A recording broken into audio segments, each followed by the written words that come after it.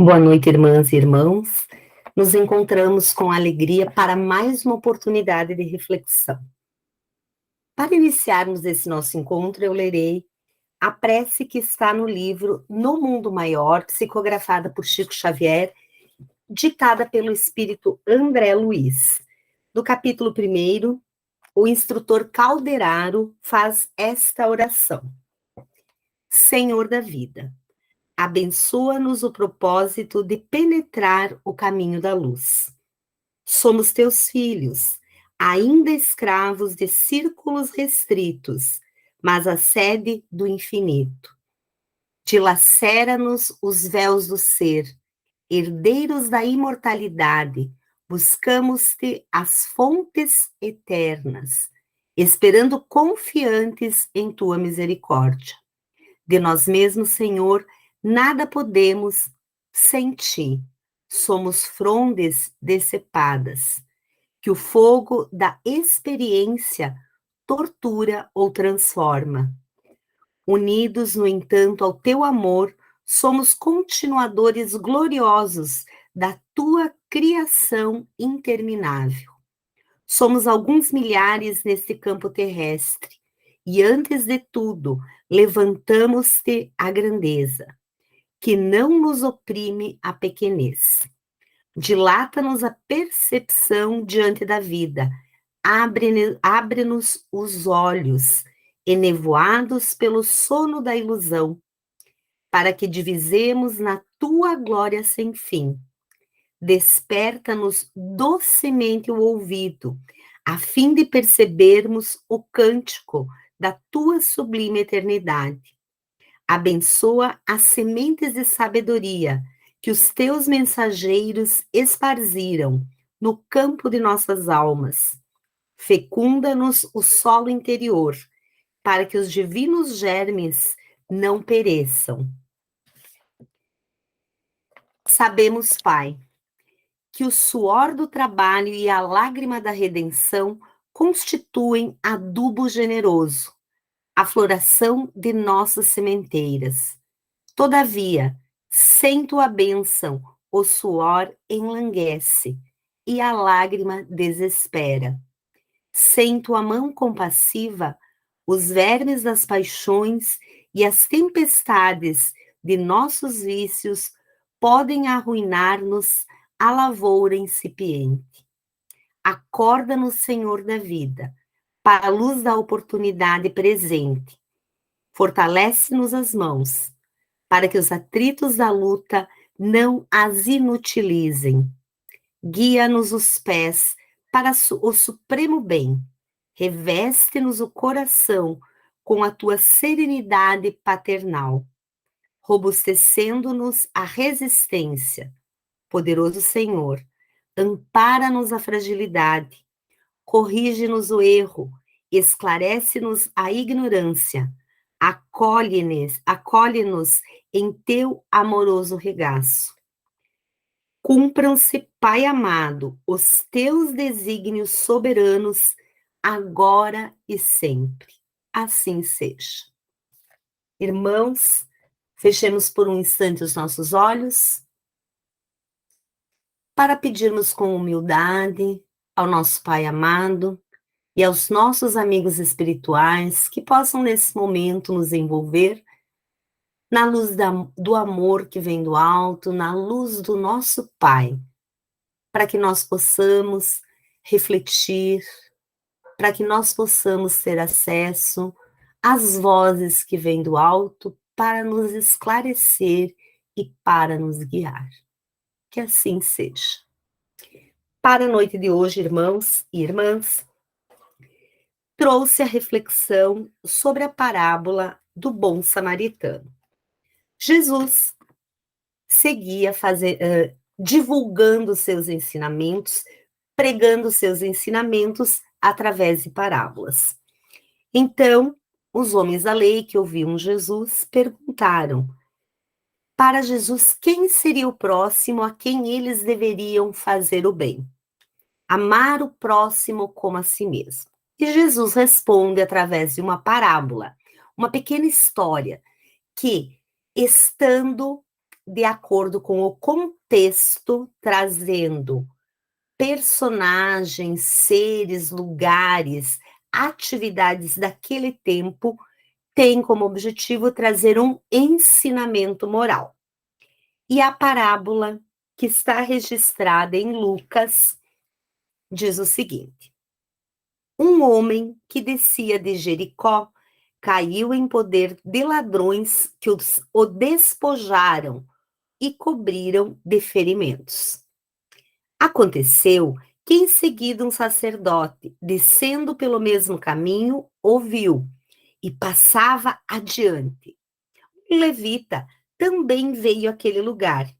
Tendo-o observado, passou igualmente adiante. Mas um samaritano que viajava, chegando ao lugar onde jazia aquele homem, e tendo-o visto, foi tocado de compaixão. Aproximou-se dele, deitou-lhe óleo e vinho nas feridas e as pensou. Depois, pondo-o no seu cavalo, levou-o a uma hospedaria e cuidou dele. No dia seguinte, tirou 2 denários e os deu ao hospedeiro, dizendo: trata muito bem deste homem, e tudo que despenderes a mais, eu te pagarei quando regressar. Qual desses 3 te parece ter sido o próximo daquele que caíra em poder dos ladrões? Pergunta Jesus ao doutor. O doutor respondeu: aquele que usou de misericórdia para com ele. Então vai, diz Jesus, e faze o mesmo. Nesse momento, Jesus se utiliza de 3 figuras que, naquele contexto, estavam pregando o amor, a caridade, a mensagem de Deus, que representavam a religião daquele povo. O sacerdote, que tinha como objetivo guiar o seu povo, orientar o seu povo.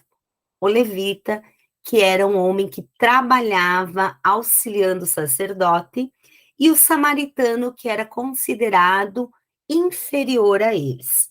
Então, Jesus se utiliza dessas 3 figuras da época para mostrar que, independente da bandeira religiosa que nós carreguemos, o que de fato faz diferença é que nós façamos o bem, que a misericórdia esteja no nosso coração. Porque essa passagem está justamente no capítulo 15, fora da caridade não há salvação. Então, essa passagem vem para nos dizer que não adianta nós termos conhecimento das Escrituras, do Evangelho, da Bíblia, ou de qualquer outro livro sagrado, se nós não colocarmos em prática as aprendizagens que nós fazemos em prol do outro, do nosso próximo. Quem seriam os nossos próximos? Todas as pessoas que nos cercam. E o primeiro próximo, nós mesmos. Aquele que está mais perto de nós mesmos. Então, a misericórdia deve estar voltada e chegar a nós mesmos e a todos os que nos cercam. Mas para a gente fazer uma transposição desta parábola para a atualidade, nós poderíamos pensar assim: lá estava na estrada caído um homem ferido, machucado por um assaltante, e passa um espírita, enxerga, desvia e passa adiante. Em seguida passa um católico, olha, sai para o ladinho, passa adiante. E então chega um ateu, e esse ateu vai até aquele homem caído, cuida das suas feridas, carrega esse homem caído até uma hospedaria e leva ele para ser tratado, dispensando até mesmo o dinheiro de que ele precisa, tá? E para que a gente veja, muitas vezes a bandeira religiosa que nós estamos carregando ela não faz com que nós nos tornemos pessoas melhores. E também, diante das nossas questões atuais, ficamos pensando, se nós estivéssemos hoje, na atualidade, no mundo que nós vivemos, no contexto em que nós estamos inseridos, passando por uma rua e estivesse um homem caído, quem de nós iria, de fato, até ele ver o que aconteceu? É muito difícil, por quê? Porque nós estamos nos precavendo contra a violência que existe. E, curiosamente, eu estava assistindo um programa de humor espírita, em que aparecia uma cena sobre evangelização, e a menina pergunta para o evangelizador, mas então, eu obedeço a minha mãe ou obedeço Jesus?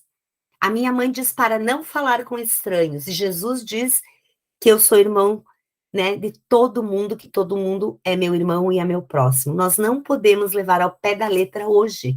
Nós não podemos nos expor. Nós precisamos cuidar da nossa segurança e cuidar da nossa vida, de fato. No entanto, para que nós possamos pensar, então, nesses próximos, no nosso contexto, quem seriam hoje os assaltados e feridos que estão na nossa sociedade? Não necessariamente caídos lá na rua. Quem seriam as pessoas que precisam da nossa compaixão e do nosso olhar amoroso, do nosso auxílio, da nossa caridade? Pensando em todas as coisas que hoje nós temos, as dificuldades, os problemas, as dores, nós chegamos à conclusão de que as famílias disfuncionais que nós temos na atualidade, que são famílias disfuncionais, famílias desestruturadas, desequilibradas, que não cumprem a função social em relação aos filhos, em relação aos seus dependentes, que acabam por criar seres violentos, seres achegados à drogadição, seres capazes de abusos ou que passam por abusos por causa dos pais, seres que têm muitos traumas, muitos problemas emocionais, psicológicos, seres que estão adoecidos. Toda doença emocional, psicológica, ela tem uma origem. Pode ser nessa vida ou na vida pretérita, mas qual é a função da família? A família tem o papel de proteger, velar por aqueles seres e auxiliá-los nesse processo. Então, diante disso, nós pensamos que, além dessas questões que vêm da família, que são extremamente importantes, que são definidoras de muitas das nossas atitudes na presente reencarnação, também nós pensamos e questionamos sobre pessoas que estão passando por lutos. Também precisam de auxílio. Perdas de filhos, pessoas queridas, perda do trabalho, de uma relação afetiva, até mesmo de um animal de estimação. Então, diante de todas essas questões, nós pensamos que a família é o centro de tudo, porque se na família nós temos amparo, nós temos a educação emocional, nós saberemos como conviver com essas dificuldades, com essas questões negativas, suplantando essas questões e seguindo adiante, e crescendo e evoluindo. Esse arsenal emocional pode e deve ser desenvolvido dentro da família. Então, lá no Livro dos Espíritos, buscamos a questão dos laços de família. Na questão 773, Kardec questiona: por que entre os animais, os pais e os filhos deixam de reconhecer-se desde que estes não mais precisam de cuidados? E a resposta dos espíritos: os animais vivem vida material e não vida moral. A ternura da mãe pelos filhos tem por princípio o instinto de conservação dos seres que ela deu à luz. Logo que esses seres podem cuidar de si mesmos, está ela com a sua tarefa concluída. Nada mais lhe exige a natureza. Por isso é que os abandona, a fim de se ocupar com os recém-vindos. Ou seja, o que os espíritos nos dizem? Nós não somos iguais aos animais. Os animais têm a vida material e são regidos pelos instintos. A mãe cuida afetuosamente, protege, alimenta até que o animal tenha tamanho, força e capacidade de viver por si mesmo, buscar o próprio alimento, defender-se, e ela os abandona. Então não existe um laço de afinidade, um laço de sentimento entre os animais. Na questão 774, há pessoas que, do fato de os animais, ao cabo de certo tempo, abandonarem suas crias, deduzem não serem os laços de família entre os homens mais do que o resultado dos costumes sociais, e não afeito a uma lei da natureza. Que devemos pensar a esse respeito? Olhem a resposta dos espíritos. Diverso dos animais é o destino do homem. Por que, então, quererem identificá-lo com estes? Há no homem alguma coisa a mais, além das necessidades físicas. Há a necessidade de progredir. Os laços sociais são necessários ao progresso e os de família mais apertados tornam os primeiros. Eis porque os segundos constituem uma lei da natureza. Quis Deus que, por essa forma, os homens aprendessem a amar-se como irmãos. Então, vejam, dentro da família, nós não podemos nos considerar como animais, porque eles não criam esse laço afetivo e não têm responsabilidade por aqueles seres que eles trazem à vida. Nós, no entanto, ao contrário, temos a responsabilidade de proteger e garantir que a vida continue nos primeiros momentos de vida, na tenridade, e depois nós continuamos por anos e anos e anos, encaminhando, educando, proporcionando estudo, cuidando da saúde, mas o mais importante, nós precisamos cuidar do desenvolvimento espiritual. E Kardec, então, pergunta: qual seria para a sociedade o resultado do relaxamento dos laços de família? E eles respondem: uma recrudescência do egoísmo. Qual é a coisa mais importante que nós aprendemos dentro da família? Amar o outro. Quando um pai e uma mãe recebem um bebê indefeso, com aquele rostinho lindo, incapaz de se alimentar sozinho, incapaz de sobreviver sozinho, é o nosso egoísmo que é deixado de lado e nós aprendemos a amar alguém que depende completamente de nós. E é uma aprendizagem fantástica, é uma aprendizagem que nos tira do egocentrismo, que nos tira daquele olhar tão materialista e nos coloca como centro alguém que precisa de nós. É um amor diferenciado, porque é um amor que cocria a vida, auxilia Deus a trazer espíritos para a Terra, para esse momento, para viverem essa experiência. Para nós enriquecermos, então, essas questões que nós precisamos pensar, eu busquei no artigo de Valdenir Aparecido, que está na revista Consolador, o artigo intitulado A Importância da Família, alguns pontos para que nós pudéssemos refletir. Um dos pontos que ele destaca é que a meta da família é a evolução e a prosperidade espiritual. Qual a porcentagem das famílias que hoje, de fato, dedicam-se à evolução e à prosperidade espiritual dos seus filhos, dos seus dependentes? Quanto por cento do tempo os pais dedicam para a educação espiritual? Quanto tempo se dedica aos filhos de corpo, coração e mente presente? E quanto de materialidade nós ofertamos para os nossos filhos? Vejam que nós precisamos, sim, saúde física, a roupa que agasalha, o alimento que nutre o corpo, a educação da inteligência.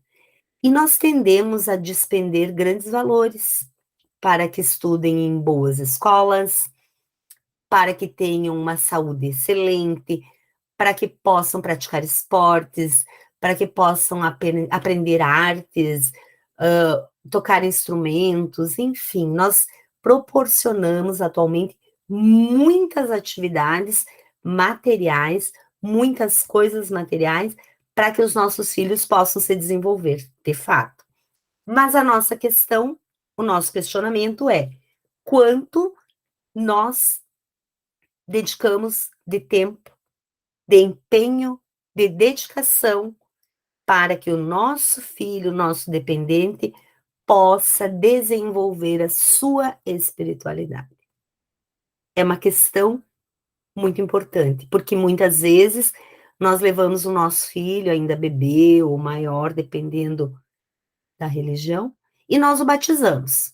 E nós dizemos para a sociedade que o nosso filho é daquela religião, ele pertence àquela religião, e que nós vamos educá-lo naquela religião, e, no entanto, nós não o levamos a este lugar conosco, porque nós não vamos, nós não ensinamos os preceitos que aquela religião tem, nós não educamos. Não que necessariamente se precise ter uma religião, mas uma espiritualidade. Eu não preciso necessariamente estar num lugar, numa igreja, num templo, num salão, para que eu exercite a minha espiritualidade. A espiritualidade, ela está no olhar para a obra de Deus, que desde cedo nós podemos mostrar para a criança, nos livros que a nossa religião adotar, por exemplo, o Evangelho, que é um livro adotado por diversas religiões, mostrar o Evangelho, ler o Evangelho, conversar sobre o Evangelho, fazer com que os nossos filhos conheçam a palavra de Jesus, para que eles possam internalizar esse conhecimento e vivenciarmos esse conhecimento também com os nossos filhos, praticarmos aquilo que nós defendemos através da nossa bandeira religiosa. Mais um apontamento de Valdemir: descuidar da família, relaxar em seus propósitos e objetivos, será abandonar o educandário, menosprezando a grande chance que se tem para sair da vida física, rumo à espiritual, em condições bem superiores às que tínhamos quando aqui chegamos. Então, não realizar a tarefa que a família precisa realizar em relação aos seus dependentes é deixar de lado o propósito da família e, muitas vezes, fazer com que uma existência se perca, que uma jornada, uma encarnação se perca em relação aos aprendizados que nós poderíamos ter propiciado para esse espírito. Vejamos que nós estamos num planeta de provas e expiações. Nós, imperfeitos, nossos filhos chegam, são imperfeitos também, mas nós precisamos amadurecer para podermos criar esses filhos. Nós precisamos buscar dentro de nós, buscar na nossa espiritualidade toda a força e todo o conteúdo que nós precisamos para educar nossas crianças. E como nós vemos, infelizmente, a religiosidade, a espiritualidade, ela é deixada em segundo plano, terceiro plano, quarto plano. É de fato algo que acontece.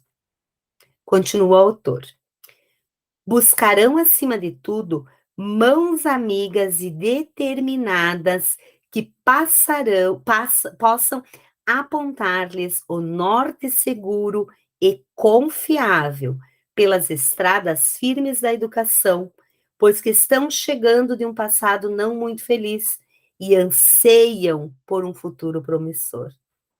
esses espíritos buscarão essa mão amiga e determinada e firme. Quando nós aceitamos ser pais e mães, nós nos comprometemos com a espiritualidade, com Deus, em fazer o nosso papel.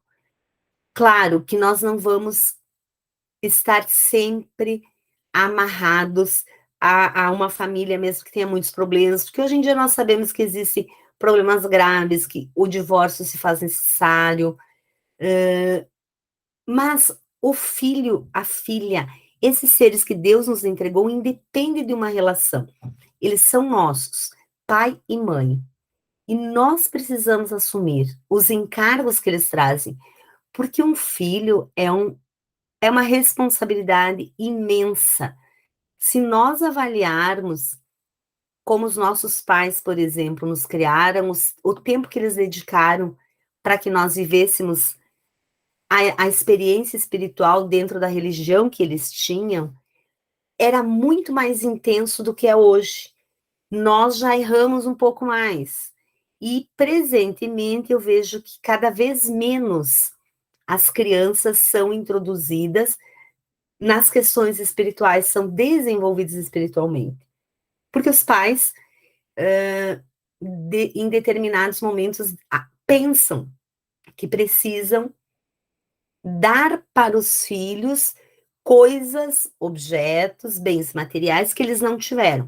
Então, eles trabalham muito, e eu me questiono muito sempre sobre isso, trabalham muito e delegam o filho. O filho não é o mais importante na vida. O que é mais importante são os bens materiais que eles dão para o filho. Vejam como isso fica distorcido. Quem acaba assumindo a educação dos filhos? A escola, ou uma pessoa que cuida do filho em casa, enfim. Inúmeras outras pessoas que não o pai e a mãe. E então tem mais esse apontamento dele que casa perfeitamente com isso que eu estou falando. Educar é formar caráter, edificar homens de bem. E essa missão é exclusivamente da família. Relegá-la a segundo plano ou transferi-la para outros setores da vida será, sem dúvida, escancarar um abismo diante dos filhos, com enorme possibilidade de queda dentro dele. Muito provavelmente, sem se encontrar o caminho de volta tão cedo. É muito grave o que o autor coloca aqui. Quando nós não nos ocupamos daquilo que nós temos de mais estimável, de mais precioso, que são os nossos filhos, que é a nossa família, nós colocamos um despenhadeiro na frente. Pensem a visão. O que seria isso? Nós deixamos de educar, de orientar, moralmente, espiritualmente. O que vai acontecer? Essas crianças vão ser criadas pelos professores, pelos cuidadores, pelas mídias, que o tempo inteiro sem acesso, porque inclusive eles ganham celulares muito cedo, eles têm tablets e computadores, eles não têm supervisão adequada, muitas vezes, porque são muitos detalhes. As crianças são curiosas, elas mexem em tudo, querem saber tudo, olham tudo, e não têm discernimento para distinguir o certo do errado, que cabe ao adulto olhar com a criança, orientar a criança na idade adequada. Existem coisas que com 5 anos a criança pode saber e outras que ela não pode, porque ela não tem capacidade nem cognitiva, nem emocional para compreender. O que nós vemos hoje são as crianças jogadas, né, para essa mídia que é escancarada, que é uma mídia violenta, que ela prega, sim, pedofilia, uso de drogas, que ela desmantela os conceitos morais. E a criança não discerne do certo e do errado, ela vai acabar introjetando essa educação equivocada, porque o pai e a mãe não estão cumprindo seu papel. E esse mundo, então, desses seres violentos, com problemas emocionais, abusivos e abusados, envolvidos na drogadição, estão todos totalmente ligados à família, à célula-mãe da sociedade. Nós temos esse discurso muito bonito. A célula-mãe da sociedade é a família. Então, todos os pequenos problemas, todos os pequenos equívocos que estão dentro das nossas famílias vão tomando proporções gigantescas quando ampliados para a sociedade. Então, nós vemos uma sociedade muito violenta, porque a nossa família está violenta dentro de casa. Uma sociedade sexualizada precocemente, porque nós deixamos que as crianças tenham acesso às questões sexuais antes da época. Às vezes, colocando nossas crianças em risco de serem abusadas com pessoas que não deveriam fazer parte da vida delas, com escolhas equivocadas dos adultos. Então, todo esse conjunto social é um reflexo de uma família adoecida, uma família disfuncional que não cumpre sua função e que precisa urgentemente buscar a moral do Mestre Jesus. Quais seriam, então, as transformações necessárias para que nós pudéssemos, caridosamente, com compaixão, com piedade, acima de tudo com amor, chegar a todas essas pessoas? Primeiramente, olhando o próximo mais próximo, que somos nós. Reavaliando a nossa conduta enquanto educadores, revendo todas as coisas que até então nós fizemos como educadores, reconhecendo os nossos erros, buscando no conhecimento a transformação das nossas atitudes, buscando na nossa religião, na nossa espiritualidade, a transformação de que nós necessitamos. Muitas vezes nós vemos jovens, muito jovens, que sofrem acidentes por estarem alcoolizados ou drogados, e que as famílias ficam destroçadas de dor e de sofrimento, mas que, se nós olharmos, foram gerados pelo descuido, pelo descaso das mesmas pessoas que estão destroçadas agora, que foram permissivas anteriormente.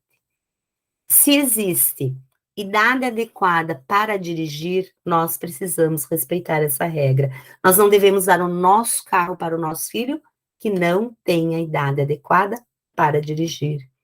Se nós não podemos vender bebida alcoólica aos menores de idade, por que que na nossa geladeira o nosso filho vai lá, abre uma cerveja e sai bebendo? Porque nós somos permissivos. Então, são colheitas bastante duras e sofridas. Mas são ensinamentos também. Não precisa acontecer conosco. Nós já vemos na sociedade, famílias perto, na nossa própria família, muitas vezes, problemas assim que causam muita dor e muito sofrimento para as famílias. Então, nós precisamos nos unir como irmãos de fato, independente da bandeira religiosa, de crenças, independente de tudo, e nos unirmos para podermos fortalecer as nossas famílias e buscar no conhecimento essa força, essa estrutura e esse cabedal de conhecimento moral para podermos dar para os nossos filhos.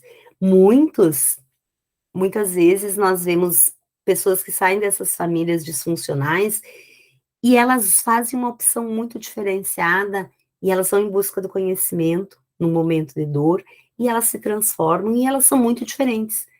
Quando elas se tornam pais, mães, arrimos de família, elas agem de uma maneira totalmente diferente, mas porque elas buscaram.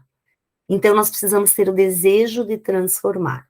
A sociedade que nós temos e os problemas que nós temos são nossa responsabilidade. Não é uma culpa, é uma responsabilidade. Então, é nossa responsabilidade também transformarmos. Que o Espiritismo tem a nos oferecer. Quando nós assistimos uma palestra, nós vamos ao centro assistir ou assistimos na internet, nós temos muita informação. nós temos muito conhecimento disponível. Então, nós precisamos estar abertos a buscar. Muitos psicólogos, psiquiatras têm palestras excelentes sobre educação dos filhos, sobre as questões atuais das famílias. Então, estar aberto para o crescimento, para a busca do conhecimento que pode nos transformar. E cada um de nós também pode ser esse porta-voz do conhecimento. Nós, quando sabemos, quando temos um entendimento, sem ferir ou agredir, podemos levar esse conhecimento de uma forma carinhosa, uma forma não agressiva, uma forma mais amorosa para as pessoas que precisam. Nós podemos levar um bom livro, nós podemos indicar uma boa palestra, nós podemos convidar para que vá ao centro espírita, venha escutar uma palestra, venha fazer um atendimento fraterno. Quantos atendimentos fraternos que muitos desses irmãos que trabalham nos diversos centros espíritas fazem com as pessoas, auxiliando-as a encontrarem soluções e saídas, tendo em vista sempre a moral do Cristo, aquela moral que fala de amor, de compaixão, de caridade. E qual é a maior caridade que nós podemos fazer para o outro? É doarmos de nós mesmos, nos doarmos no nosso trabalho, através das nossas atitudes, da nossa palavra, do nosso olhar, do nosso gesto. Nós estamos também fazendo, promovendo uma educação. Muitas pessoas podem se espelhar em nós, podem nos observar, principalmente as crianças. Então, o pai e a mãe são o centro, mas aí tem o tio, a tia, a avó, o avô, enfim, tem diversas pessoas. E essa linguagem amorosa, mas firme, que era a mesma do Cristo. Ele não condenava, mas ele orientava. E ele sempre dizia, vá e não peques mais. O que é pecar? Pecar é errar, é fazer de uma forma inadequada. Quando nós erramos, nós não ficamos bem. Aquilo não nos faz bem. Então, se o nosso filho, desde criança, aprende que se ele mentir, vai ter uma consequência, se ele pegar um objeto de alguém, vai ter uma consequência, ele começa a entender a lei de ação e reação. Vejam, é tão simples. Ele vai percebendo que ele não pode tudo, que existem limites, que existem regras, que existe o certo, que existe o errado. E a educação para o transcendente, para a vida que segue, para a vida que continua. Nós precisamos buscar a Deus, nós precisamos buscar esse entendimento das questões espirituais para que nós possamos ter nessa fé também a força da continuidade. Nós queremos, sempre quando nós pensamos nos filhos, nós pensamos que nós queremos coisas melhores para eles. Nós queremos que eles tenham sempre mais do que nós tivemos, uma vida melhor, um futuro melhor. Então, que também tenhamos esse olhar quanto às questões da espiritualidade, que os nossos filhos possam ter mais orientação, mais diálogo, mais acesso ao conhecimento espiritual, que ele possa vivenciar experiências com os pais, que ele possa frequentar o mesmo lugar que os pais frequentam, que muitas vezes nós não frequentamos, para que nós possamos dar esse embasamento espiritual para as nossas crianças, para os nossos filhos, para que eles possam ser fortes. Diante de todos os embates da vida terrena, que nós merecemos passar, porque nós somos responsáveis por atitudes pretéritas, nós precisamos sempre da espiritualidade, da fé, que nos faz sentir a presença de Deus nos seres, no mundo, no ar que nós respiramos, para que nos fortaleça. Caso contrário, nós desmoronamos. Nós desistimos, nós nos abatemos. Então, é na fé, é na crença na vida futura que nós encontramos força e coragem para transformar a nós mesmos, a nossa família e essa sociedade. Essa sociedade que, dependendo da nossa vontade, será rapidamente ou mais vagarosamente um lugar muito mais fraterno, muito mais harmonioso, com espíritos mais elevados e mais abertos à transformação, abertos às coisas positivas da vida. É preciso que o amor e o bem se espraiem, se mostrem, que as atitudes boas sejam faladas, mostradas para as nossas crianças, porque as mídias já mostram que é negativo. Vamos mostrar o lado bom, vamos mostrar o amor, o bem, vamos mostrar Deus para os nossos filhos. Vamos mostrar Jesus para os nossos filhos. E isso eles aprenderão conosco, com ninguém mais, provavelmente. É muito difícil. Espiritualidade é uma coisa que se desenvolve na intimidade do lar. Então, eu espero que, com essa breve reflexão, nós possamos analisar a nossa postura, se nós seremos o sacerdote, o levita, ou o samaritano em relação aos problemas sociais que nos cercam e a nós mesmos, e que mundo melhor nós queremos, se que tipo de mundo nós queremos, aliás, se é um mundo melhor, um mundo igual ou um mundo pior, porque a sementeira está sendo feita. E nós, que sementes estamos jogando no solo, nos corações das pessoas que convivem conosco e, em especial, dos nossos filhos. E para encerrarmos essa nossa conversa, convido a todos para que fechemos os nossos olhos, nos desligando momentaneamente das questões cotidianas e da matéria, pedindo a Deus que possa, tocando o nosso coração, nos inspirar, nos orientar e nos fortalecer. Que Deus seja em nós, que Deus esteja em nossas ações, em nossas palavras, em nossos olhares, e não apenas como uma bandeira, mas como aquilo que nos sustenta e que apoia todas as práticas da nossa vida. Que os espíritos que nos acompanham tenham paciência, misericórdia dos nossos erros e da nossa pequenez, mas que não desistam de nós, porque nós vamos, Pai, chegar àquele lugar que escolheste para nós. Que assim seja. Boa noite, irmãos. Que tenhamos todos uma excelente noite de muita luz e muita paz. Boa noite.